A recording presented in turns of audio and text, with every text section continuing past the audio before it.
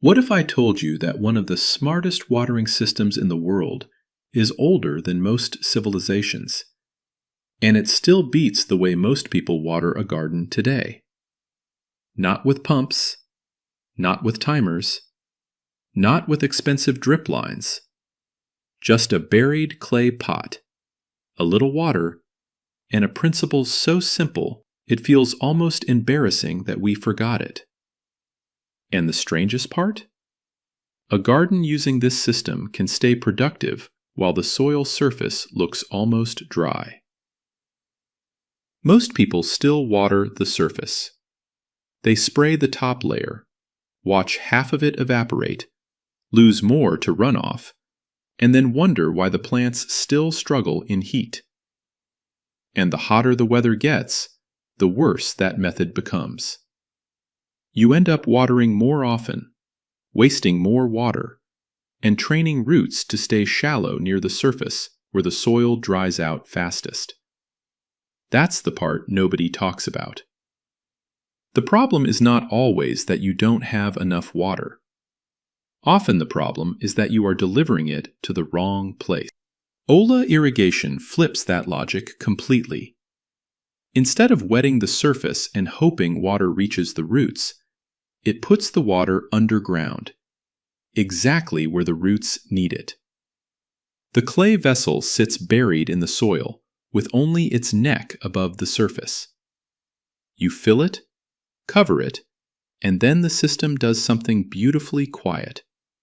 It doesn't flood. It doesn't spray. It doesn't rush.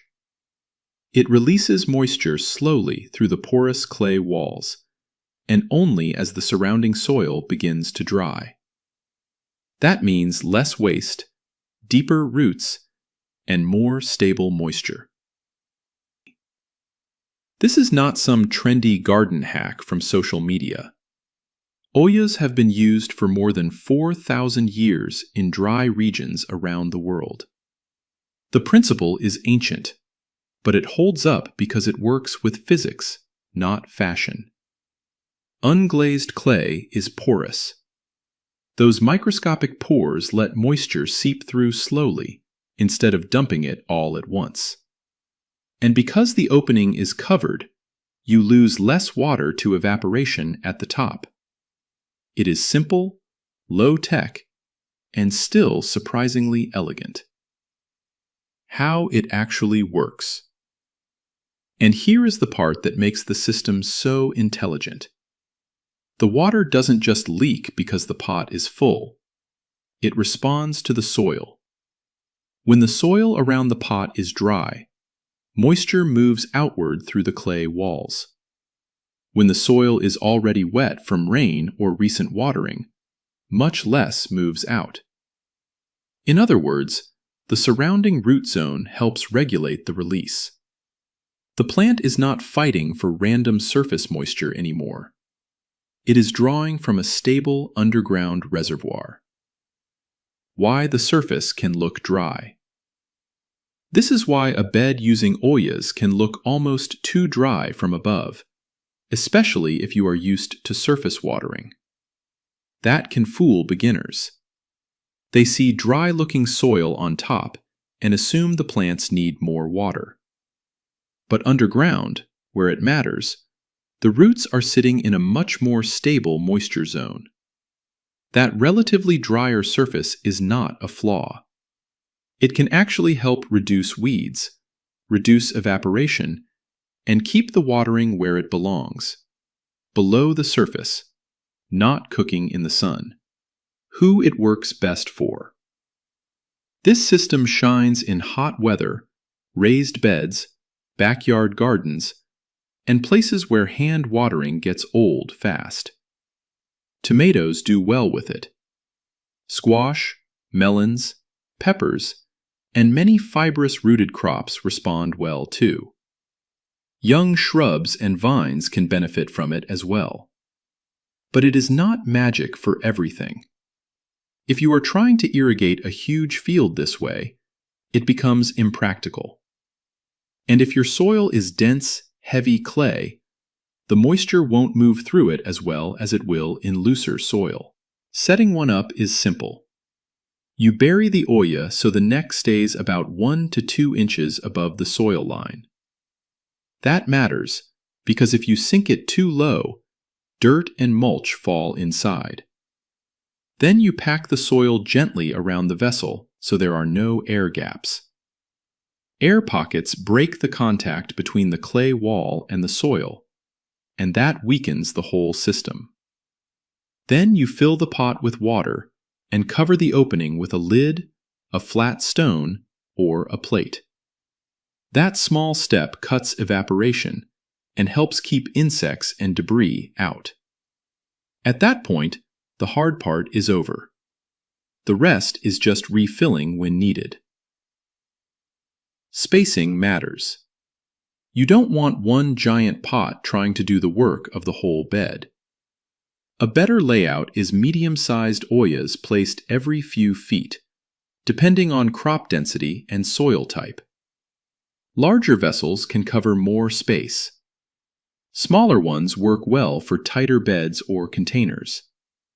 And if you are planting seeds, not transplants, you may still need to water the surface at first, until the top layer is moist enough for germination. That is another beginner mistake. Expecting the Olla to do everything from day one. Beginner mistakes. There are 4 mistakes that make people give up too early. First, using glazed pottery. That won't work. The clay must be porous. Second, leaving the opening uncovered, which increases evaporation. Third, planting too far away from the moisture zone.